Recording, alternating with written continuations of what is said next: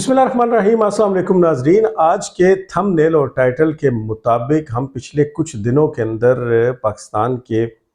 اندر ہونے والے جو واقعات ہیں سیاسی اور عدالتی لیول پہ، ان کی تھوڑی سی ترتیب کو دیکھتے ہیں۔ سب سے پہلے کیا ہوا، ہم نے اپنے پچھلے پروگرام میں ذکر کیا کہ اسلام آباد ہائی کورٹ کے 6 ججز انہوں نے اپنے کچھ تحفظات کا اور اپنے خدشات کا اظہار ایک خط کی صورت میں کیا، جو کہ انہوں نے چیف جسٹس آف پاکستان قاضی فائز عیسیٰ کو لکھا، اور اس میں انہوں نے یہ کہا کہ وہ جو ان کے نزدیک جو انصاف فراہم کرتے ہیں، اس انصاف کی فراہمی میں جو پاکستان کی سیکرٹ ایجنسیز ہیں، اور نام لیے بغیر ان کا اشارہ ISI کی طرف خاص طور پہ تھا، وہ روڑے اٹکاتی ہیں اور وہ انہیں مجبور کرتی ہیں کہ اپنی مرضی کے فیصلے جو ہیں وہ لیے جائیں۔ تو اس کے اوپر تحقیقات کرنے کا اور اس معاملے کا کوئی حل کرنے کا جو درخواست تھی، وہ پاکستان کی تاریخ میں پہلی مرتبہ 6 ججز کی جانب سے، گویا جو جج ہیں وہی ججز کے پاس پہنچ گئے اور جج کی عدالت میں جج ہی پیش ہو گئے اس بات پہ کہ ہماری جو ججمنٹس ہیں ان کو محفوظ بنایا جائے۔ اب رپورٹڈلی مبینہ طور پہ یہ جو 6 کے 6 ججز ہیں، ان کا جو ٹلٹ ہے وہ ہے پاکستان تحریک انصاف اور خاص طور پہ عمران احمد خان نیازی کی ذات کی جانب۔ اور آپ دیکھتے ہیں کہ ماضی میں جتنے بھی فیصلے ہوئے ہیں جن میں عمران خان صاحب کو ریلیف ملا ہے اور جن میں عمران خان صاحب کو چھوٹ ملی ہے، اور صرف یہی نہیں بلکہ عمران خان صاحب کے جو اگینسٹ لوگ ہیں، چاہے ان کا تعلق حکومت سے ہو یا ریاست سے ہو، ان کو سزائیں بھی دی گئی ہیں اور ان کو شٹ اپ کال بھی دی گئی ہے، وہ یہی 6 ججز تھے۔ اور اس میں ایک جج صاحب ایسے بھی ہیں جو جج بننے سے پہلے ٹی وی شوز میں بیٹھ کے بمانگ دہل یہ بھی کہا کرتے تھے کہ PDM کا خاتمہ جو ہے وہ ملک کے لیے بڑا ضروری ہے، اور وہ عمران خان کے قصیدے پڑھا کرتے تھے۔ اور ایک جو خاتون جج صاحبہ اس کے اندر ہیں، وہ رپورٹڈلی پاکستان تحریک انصاف کی جو لائرز کا، جو قانون دانوں کا جو ونگ ہے، اس کی عہدیدار بھی رہ چکی ہیں۔ تو ان کا جھکاؤ اور ان کا ٹلٹ جو ہے وہ اس طرف ہے، اور تمام جو کیسز ان کے پاس، اور انہی کے پاس زیادہ تر کیسز عمران خان صاحب یا PTI کے آتے رہے، اور PTI یا عمران خان صاحب کو ان معزز جج صاحبان کی جانب سے اسی طرح کا ریلیف فراہم کیا جاتا رہا ہے جس طرح کا ریلیف جسٹس عمر عطا بندیال یا ثاقب ناصور کی جانب سے فراہم کیا جاتا رہا ہے، لیکن اس کے باوجود وہ خط لکھا گیا۔ اس کے خط کے بعد پھر ایک اور بڑی عجیب سی چیز ہوئی کہ بشرا مانیکا، جو کہ عمران خان کی بیوی ہیں اور سابقہ وہ اہلیہ ہے خاور مانیکا کی، میں مانیکا کا لفظ کیوں استعمال کرتا ہوں کیونکہ یہ میں نہیں کرتا، بشرا مانیکا نے عمران خان کی عقد میں آنے کے باوجود اور سابقہ خاتون اول ہونے کے باوجود اپنے جو کاغذات ہیں، جو شناختی کارڈ اور پاسپورٹ وغیرہ، اس کے اوپر سے اپنا نام بشرا فرید مانیکا ہی لکھا ہے، اس کو بشرا عمران احمد خان نیازی یا بشرا عمران یا بشرا بیگم وغیرہ نہیں کیا گیا۔ تو ظاہر ہے اب مینرز کا تقاضا یہ ہے کہ کسی کا اچھا اور پورا نام بلایا جائے جو کہ اس نے خود اپنا لکھا ہوا ہے۔ تو بشرا مانیکا نے ایک بات کی اور اپنی مرضی کے یوٹیوبر سمیع ابراہم، اب آپ ان کے نام پونی والا سمیع ابراہیم، وہ جو اپنا نام سمیع ابراہم لکھتا ہے، سمیع ابراہم کو اس نے یہ بتایا کہ میرے کھانے کے اندر جو ہے وہ ہارپک ملایا جاتا ہے اور اس کے 3 قطرے ملائے گئے ہیں۔ اب یہاں پہ بہت سے سوالات پیدا ہوتے ہیں۔ پہلی بات تو یہ کہ ظاہر ہے اب جس نے بھی وہ ہارپک ملایا ہے بقول بشرا مانیکا کے، اس نے بشرا مانیکا کو دکھا کے تو نہیں ملایا، تو ہارپک کا ٹیسٹ کیسے پتا چلا بشرا مانیکا کو کہ جب وہ کھانا کھا رہی تھی تو اسے کیسے پتا تھا کہ یہ ڈیٹول ہے، یہ فنائل ہے، یہ ہارپک ہے، یا یہ کوئی دوسری پروڈکٹ ہے، یہ ویم ہے، یہ سرف ہے، یہ فلاں فلاں جو بھی ہے، ہارپک کا کیسے ہو؟ کیونکہ ظاہر ہے بشرا مانیکا ایک گھریلو خاتون تو نہیں ہے کہ جو روز صبح اٹھ کے اپنے بچوں کے زیر استعمال یا اپنے زیر استعمال ٹائلٹ کو خود صاف کرتی ہو، وہ تو نہیں کرتی، تو اس کو کیسے پتا ہے کہ یہ ہارپک ہی تھا؟ اور پھر دوسری بات یہ کہ اسے یہ کیسے پتا تھا کہ اس کے اندر 3 ہی قطرے تھے؟ اور اگر پتا تھا، یہ پتا تھا کہ ہارپک ہی ہے اور قطرے بھی 3 ہیں، تو پھر وہ کھانا کھایا کیوں؟ اور پھر یہ کیوں کہا گیا کہ مجھے سلو پوائزننگ جو ہے وہ دی جا رہی ہے؟ اور کیا وہ لوگ، اب دیکھیں نا ایجنسیز، اب ترتیب دیکھیں ذرا واقعات کی کہ 6 ججز کا بھی اشارہ ISI کی طرف ہے، بشرا مانیکا کا اشارہ بھی ISI کی طرف ہے، اور ISI کیا اتنی بے وقوف ہے کہ وہ بشرا مانیکا کو، پہلی بات تو یہ کہ آپ ہیں کیا، آپ کی اوقات کیا ہے کہ آپ کو یوں خفیہ انداز سے مارا جائے؟ لیکن چلیں اگر آپ کچھ ہیں اور آپ کی کوئی اوقات ہے بھی، تو کیا ایجنسیز اتنی بے وقوف ہو چکی ہیں کہ وہ ہارپک ٹوائلٹ کلینر کے جس کی جو سمیل ہے وہ تو بڑے چھوٹے بڑے سارے محسوس کر سکتے ہیں، اسی کو کھانے میں ڈالنا تھا، 3 قطرے ڈالنے تھے یا 3000 قطرے ڈالنے تھے کیا؟ جبکہ مارکیٹ کے اندر ایسی چیزیں موجود ہیں کہ جن کا نہ تو رنگ ہے، جن کا نہ ذائقہ ہے اور جن کی نہ بو ہے، اور تو اور کہ جب ان کو آپ اس کے ذریعے اگر کسی کی موت ہو جاتی ہے تو اس ٹیسٹ میں ان کے ٹریسز بھی نہیں ملتے، یعنی آپ کو یہ پتا چلتا ہے کہ اس کو ہارٹ اٹیک ہو گیا اور یہ مر گیا یا مر گئی، خدا نہ خواستہ۔ تو اس صورت میں جب کہ مارکیٹ کے اندر یہ فیسلٹی موجود ہے کہ جب آپ بغیر کوئی نشان چھوڑے کسی کو کھانے میں اس طرح کا زہر ملا کے دے سکتے ہیں، تو کوئی ہارپک ہی کیوں ملائے گا؟ لیکن یہ دوسرا واقعہ ہوا۔ تیسرا واقعہ کیا ہوا کہ اسلام آباد ہائی کورٹ کے ججز کو، ان 6 ججز سمیت، لفافہ موصول ہوتے ہیں، لفافے، اور اس میں ایک ایک کا نام لکھا ہوا ہے، اور پھر یہ کہا گیا جی کہ اس میں اینتھراکس ہے، اور وہ محکمہ ڈاک کے ذریعے آئے، وہ کسی کورئر کے ذریعے نہیں آئے، کیونکہ کورئر کے ذریعے اگر آتے ہیں تو پھر آپ کو اس میں اس کی بیک سائڈ پہ یا اس کے نیچے اپنا پتہ بھی بھیجنے والے کو لکھنا پڑتا ہے، اور اس کو اپنا فون نمبر بھی دینا پڑتا ہے، اور ایون ای میل لکھیں نہ لکھیں لیکن وہ بھی اس کا خانہ بنا ہوتا ہے۔ لیکن جو خط، یہ جو لفافہ آپ سرخ رنگ کے لیٹر باکس میں ڈالتے ہیں جس کا تعلق پاکستان پوسٹ سے ہے، محکمہ ڈاک سے ہے، اس میں ضروری نہیں کہ بھیجنے والا بھی اپنی تفصیلات بتائے، تو اس میں ریشمہ لکھا ہوا تھا، اور ریشمہ نامی ایک نام کی جانب سے، اب وہ عورت ہے مرد ہے کیا ہے وہ تو اللہ ہی جانے، یا ریشمہ ہے بھی یا نہیں، وہ جو لفافے آئے ان کے اندر کہا گیا جی کہ اینتھراکس پاؤڈر ہے، اور یہ بھی رپورٹ ہوا کہ عدالتی عملے میں سے جب ایک خط ایک صاحب نے کھولا ہے تو ان کی آنکھوں میں بھی سوزش ہوئی ہے، آنکھیں ریڈ ہوئی ہیں، اور ان کی سکن جو ہے وہ بھی جلنا شروع ہوئی ہے اور ریڈ ہوئی ہے۔ اب یہ واضح ہے کہ اینتھراکس جو ہے وہ کی پہلی مرتبہ میڈیا پہ نہیں آیا، لیکن اینتھراکس سے ریلیٹڈ یہ بات ذہن میں رکھیے گا، کھانے میں زہر ملانا بہت بڑی خبر بنتی ہے۔ 6 ججز کا اپنے ہی انصاف کے لیے چیف جسٹس کو خط لکھنا، اور وہ پاکستان کی تاریخ میں پہلی مرتبہ ہونا، میڈیا کو اور دیکھنے سننے والوں کو بڑا متوجہ کرتا ہے۔ اور اینتھراکس جو ہے اس کی انٹرنیشنل خبر بنتی ہے۔ انٹرنیشنل خبر کیوں بنتی ہے؟ اینتھراکس جو ہے وہ بیسیکلی بیکٹیریا ہے، اور یہ دنیا کا واحد بیکٹیریا ہے جس کو خشک کیا جا سکتا ہے، اور خشک کرنے کے بعد اس کا پاؤڈر بنایا جا سکتا ہے، سفوف بنایا جا سکتا ہے، اور وہ جان لیوا ہوتا ہے۔ اس کو بایولوجیکل ویپن کہتے ہیں، یہ کیمیکل ویپن بھی اس کو کہا جاتا ہے، اور ماضی قریب میں یہ امریکہ میں بہت سے ہلاکتوں کے لیے استعمال ہو چکا ہے، لیکن ڈائریکٹ جیسے میری سکن ہے تو اس کے اوپر کوئی زخم نہیں ہے، تو یہاں پہ یہ جان لیوا ثابت نہیں ہوگا۔ جیسے کہ اس عدالتی عملے کے شخص کے بارے میں رپورٹ ہوا نا کہ اس کی آنکھوں میں سرخی آ گئی اور اس کی جلد بھی جلنا شروع ہو گئی، لیکن اس کے بعد اس نے انہیلر سے اپنے ہاتھوں کو بھی واش کر لیا اور اپنی آنکھوں کو بھی دھو لیا، پانی کے چھینٹے مار لیے، تو وہ بچ گیا۔ ہاں البتہ اگر اس کا کانٹیکٹ آپ کے منہ سے ہوتا ہے، آپ کے کانوں سے ہوتا ہے، آپ کے ناک سے ہوتا ہے، اور یہ باڈی کے اندر انہیل ہو جاتا ہے، کسی بھی انداز سے یہ چلا جاتا ہے، یا آپ کی باڈی پہ آپ کی سکن کے اوپر کوئی کٹ ہے یا آپ کی سکن کے اوپر کوئی برن ہے اور اس کے اوپر اینتھراکس کا پاؤڈر لگ گیا ہے، تو ودن سیکنڈز یا ودن منٹس موت جو ہے وہ ہو جاتی ہے۔ لیکن سوال یہ پیدا ہوتا ہے کہ کیا واقعی وہ اینتھراکس ہی تھا، یا وہ کوئی ویسے ہی سفید رنگ کا سفوف تھا، کوئی پسا ہوا چونا تھا، کوئی ٹیلکم پاؤڈر تھا، کوئی پلاسٹر آف پیرس کا پاؤڈر تھا، کیا تھا؟ وہ رپورٹ ابھی تک جو ہے وہ نہیں آئی، لیکن اینتھراکس کا نام لینے سے خبر جو ہے وہ عالمی بنتی ہے۔ تو یہ تیسرا واقعہ ہوا۔ چوتھا واقعہ کیا ہوا کہ پھر لاہور ہائی کورٹ کی جانب سے بھی یہی بات ہوئی کہ جناب اس کے اندر اینتھراکس سے بنے پاؤڈر کے بھرے ہوئے جو لفافے ہیں وہ وہاں کے ججز کو بھی موصول ہوئے ہیں۔ پانچواں واقعہ جو ہے وہ کل ہوا، اور پانچواں واقعہ یہ تھا کہ جو ابراہیم خان صاحب ہیں، جو جسٹس ہیں پشاور ہائی کورٹ کے، انہوں نے ایک خط لکھ ڈالا دوبارہ چیف جسٹس آف پاکستان قاضی فائز عیسیٰ کو، اور اس میں انہوں نے بڑا گلہ شکوہ کیا کہ جناب میرا حق بنتا تھا کہ آپ مجھے ایلیویٹ کر کے سپریم کورٹ کا جج بناتے، لیکن آپ نے جسٹس نعیم افغان جو کہ آپ کے پرانے دوست ہیں اور جو کہ سابقہ chief justice Balochistan high court تھے، ان کو ایلیویٹ کر کے بنا دیا، تو میرا حق مارا گیا۔ تو یہ ایک واقعہ ہوا۔ اس کے بعد پھر چھٹا اور آخری واقعہ جو کل کے دن تک ہوا وہ یہ ہوا،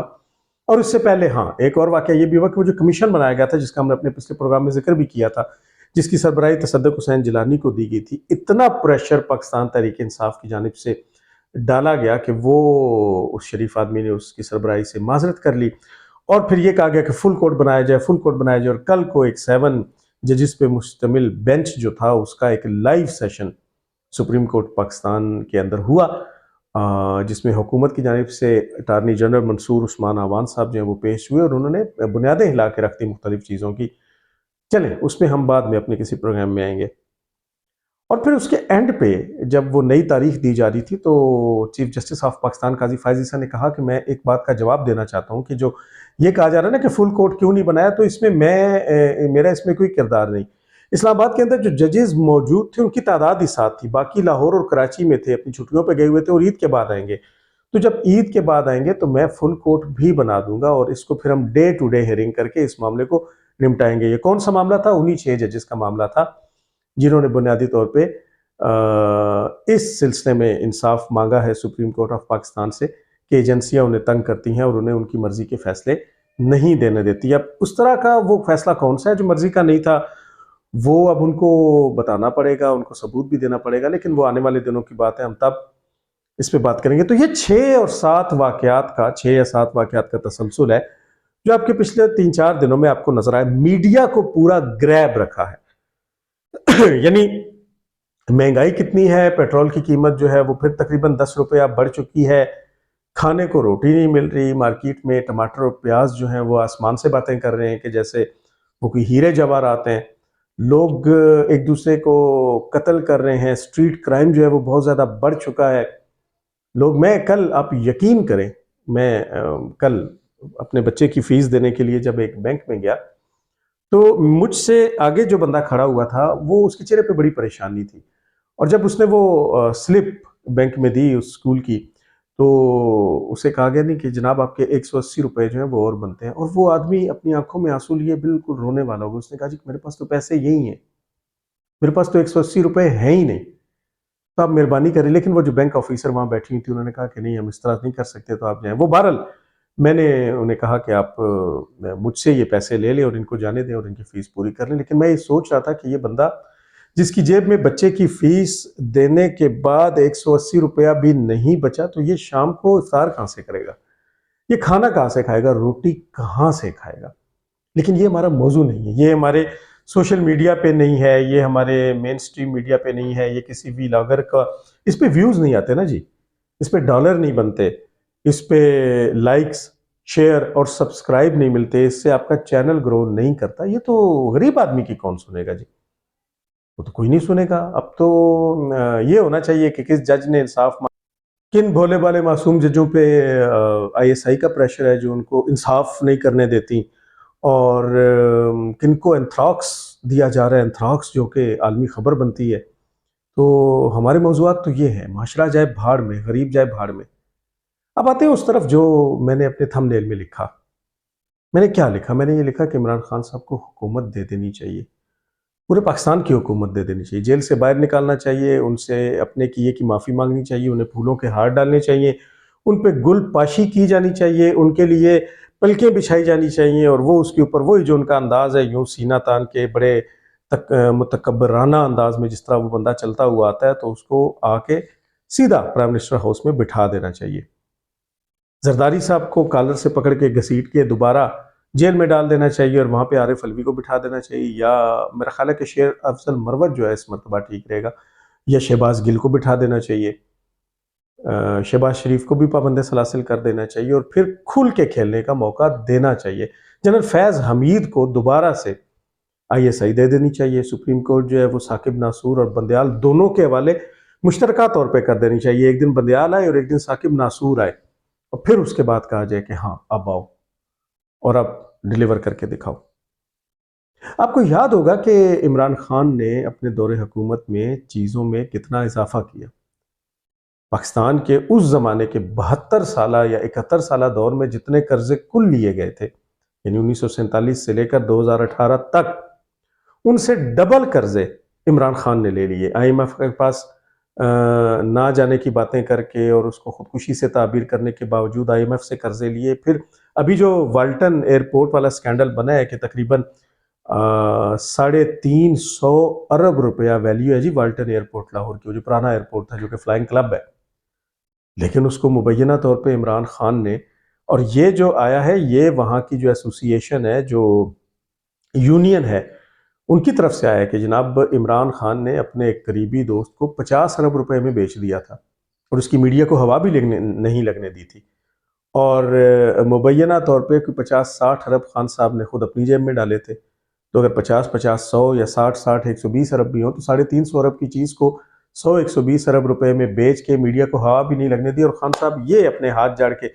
یوتھیے کہتے ہیں جی کہ ایک ڈائری لے کے وہ بندہ نکل گیا تھا۔ ایک ڈائری لے کے نہیں نکلا تھا، وہ بہت کچھ لے کے نکلا۔ لیکن چلیں، اور آپ نے دیکھا کہ اس وقت عمران خان کا گراف جو ہے وہ بڑی تیزی سے نیچے جا رہا تھا، کیونکہ لوگوں کو ایٹ دی اینڈ روٹی چاہیے، لوگوں کو سستا پیٹرول چاہیے، ان کو شام کو اپنے بچوں کے لیے لقمہ اور نوالا چاہیے۔ وہ جو 180 روپے فیس میں کم ہوتے ہیں نا، وہ ان کو چاہیے، ان کو فری ایجوکیشن چاہیے، پانی چاہیے، گیس چاہیے، بجلی چاہیے۔ وہ ساری کی ساری ان کی قیمتیں کیسے بڑھی ہیں؟ 97-98 روپے کا ڈالر تھا جو کہاں تک پہنچا۔ بعد میں آپ 16 ماہ کی حکومت پہ جتنا مرضی الزام لگائیں، میں بالکل اس کا ساتھ نہیں دے رہا، لیکن یہ سارا کچھ پہنچا۔ اور وہ گاڑیاں، وہ ٹرک کے جن کے پیچھے عمران خان صاحب کی تصویر ہوا کرتی تھی اور جن کے پیچھے خان زندہ باد اور عمران خان تیری عظمت کو سلام لکھا گیا تھا، ان کے اوپر لکھا گیا تھا کہ اب تبدیلی کے مزے لیں، اب چکھیں یہ جو تبدیلی آ گئی ہے نا، اب اس ہن گھن مزے تبدیلی دے، یہ اس میں لکھا جاتا تھا اور طنز ہو رہا تھا، اور لوگ تنگ تھے اور لوگ چاہتے تھے۔ اور اس وقت آپ یقین کریں، اور آپ میری بات سے اتفاق کریں گے کہ اگر عمران خان صاحب کو وہ 5 سال پورے کرنے دیے جاتے اور اس کے بعد پھر ایک الیکشن ہوتا اور شفاف الیکشن ہوتا، تو عمران خان صاحب دوبارہ کبھی بھی نہ آتے۔ لیکن وہ جنرل باجوہ کی جس کو تحریک انصاف گالیاں دیتی ہے، اور وہ جس کی گود میں بیٹھ کے یہ آئے تھے، جس نے ان کی آبیاری کی تھی، اس جنرل باجوہ نے بنیادی طور پہ بڑی 2 نمبری کر کے ایک گیم کھیلی، اور وہ گیم بنیادی طور پہ یہ تھی کہ اس نے احسان کیا عمران خان کے اوپر، کہ اس نے عمران خان کی حکومت کو ہٹا دیا۔ اور کیسے ہٹایا؟ عدم اعتماد کے ذریعے ہٹایا۔ وہ عمران خان کی جس کی گڈی بالکل کٹ چکی تھی اور جو بالکل زیرو ہو چکا تھا اپنی پور پرفارمنس اور بیڈ گورننس کی وجہ سے، عثمان بزدار کی وجہ سے، پرویز خٹک کی وجہ سے، فرح گوگی کی وجہ سے، پیٹرول، بجلی، گیس، سبزی، فروٹ، دالیں، آٹا، ان کی قیمتوں کی وجہ سے، کوئی بھی پروجیکٹ لانچ نہ کرنے کی وجہ سے، سی پیک کو بند کرنے کی وجہ سے، غیر ملکیوں اور غیر ملکوں کے ساتھ اپنے تعلقات خراب کرنے کی وجہ سے، ایم بی ایس کو بہن کی گالی دینے کی وجہ سے، اور پھر اپنے پروپیگنڈا چینل، اور پھر قادیانی، یہ سلمان احمد جو تھا قادیانی، جو بھی امریکہ میں قادیانی گروپ کا سربراہ ہے، مرزائی قادیانی مرتد، اس کو ساتھ ملانے کی وجہ سے، شہزاد اکبر کو ساتھ ملانے کی وجہ سے، شہباز گل کو ساتھ ملانے کی وجہ سے، اور وہ بکاؤ مال اے آر وائی کا چینل، اور پھر عمران ریاض جیسے کرائے کے بھاڑے کے ٹٹو، ان کو ساتھ ملانے کی وجہ سے وہ گراف نیچے جا چکا تھا۔ لیکن چونکہ 5th جنریشن واریئرز تھے، چونکہ پروپیگنڈے میں بہت آگے تھے، چونکہ یہودیوں کے داماد ہیں، بچے بھی وہیں پل رہے ہیں اور وہیں کا سارا پیسہ ہے، تو پھر وہ گڈی چڑھ گئی۔ اگر باجوہ صاحب پاکستانی قوم کے ساتھ یہ ظلم نہ کرتے کہ عمران خان کی حکومت کو اپنی مدت پوری کرنے دی جاتی، تو آج صورتحال یکسر مختلف ہوتی۔ لیکن اس کے بعد اگلی بے وقوفی کس نے کی؟ اگلی بے وقوفی ہمارے وزیر اعظم صاحب نے کی۔ انہوں نے حکومت قبول کر لی، ان کو حکومت قبول نہیں کرنی چاہیے تھی، اور 16 مہینے کی اس حکومت میں انہوں نے اپنی رئیس عزت کا جنازہ نکال دیا، اور پھر 2024 8 فروری کے الیکشن میں اس کا رزلٹ بھی دیکھ لیا کہ اب آپ کو جعلی مینڈیٹ کے ذریعے حکومت کرنی پڑ رہی ہے، اور وہ اتنی کمزور حکومت ہے کہ آپ نہ کوئی فیصلہ کر سکتے ہیں، نہ کوئی فیصلہ سازی کر سکتے ہیں، کچھ نہیں کر سکتے۔ عمران خان کی گڈی جو ہے وہ چڑھی ہوئی ہے۔ اور آپ جب میڈیا پہ دیکھتے ہیں تو آپ کو کیا نظر آتا ہے؟ یہ جو آپ کو اب عدالتوں کے دروازے کھٹکھٹاتے نظر آتے ہیں، اگر آپ اسٹیبلشمنٹ کی جانب دیکھتے ہیں تو آپ ان کے جزیرے دیکھتے ہیں، ان کے جزیرے آپ کو نظر آتے ہیں، ان کے پیزا چینز آپ کو نظر آتی ہیں، ان کی لیز پہ لی گئی پہاڑیاں آپ کو نظر آتی ہیں، ان کی جائیدادیں، ان کی دولت نظر آتی ہے، سی پیک پہ مارے گئے ڈاکے نظر آتے ہیں۔ اگر آپ ججز کی جانب دیکھتے ہیں تو آپ کو فورٹریس اسٹیڈیم کے سامنے اپنے ہی عدالت میں آئے ہوئے سائلین سے ان کی جائیداد ایٹھنے کے کیسز نظر آتے ہیں۔ آپ کو یہی ججز، یہ جو معصوم بھولے بالے بنتے ہیں، آپ کو نظر آتا ہے کہ انہوں نے تو بڑے بڑے مگر مچھوں کی ہاؤسنگ سکیمز میں شراکت داری کی ہوئی ہے، انہوں نے وہاں پہ شیئرز لیے ہوئے ہیں۔ آپ کو 1 کانسٹیٹیوشن ایونیو میں ان کے شیئرز نظر آتے ہیں، آپ کو ان کی کرپشن نظر آتی ہے، آپ کو ان کے اربوں کھربوں کروڑوں روپے نظر آتے ہیں، آپ کو ان کے بے لگام اور منہ زور اولادیں نظر آتی ہیں۔ اور اگر آپ یہی چیز سیاستدانوں کی طرف دیکھتے ہیں تو آپ کو ان کے بھی کالے ویگو ڈالے نظر آتے ہیں۔ آپ کو ان کا پیسہ نظر آتا ہے، آپ کو ان کی دولت نظر آتی ہے، آپ کو ان کی چوری نظر آتی ہے، آپ کو مسٹر 10%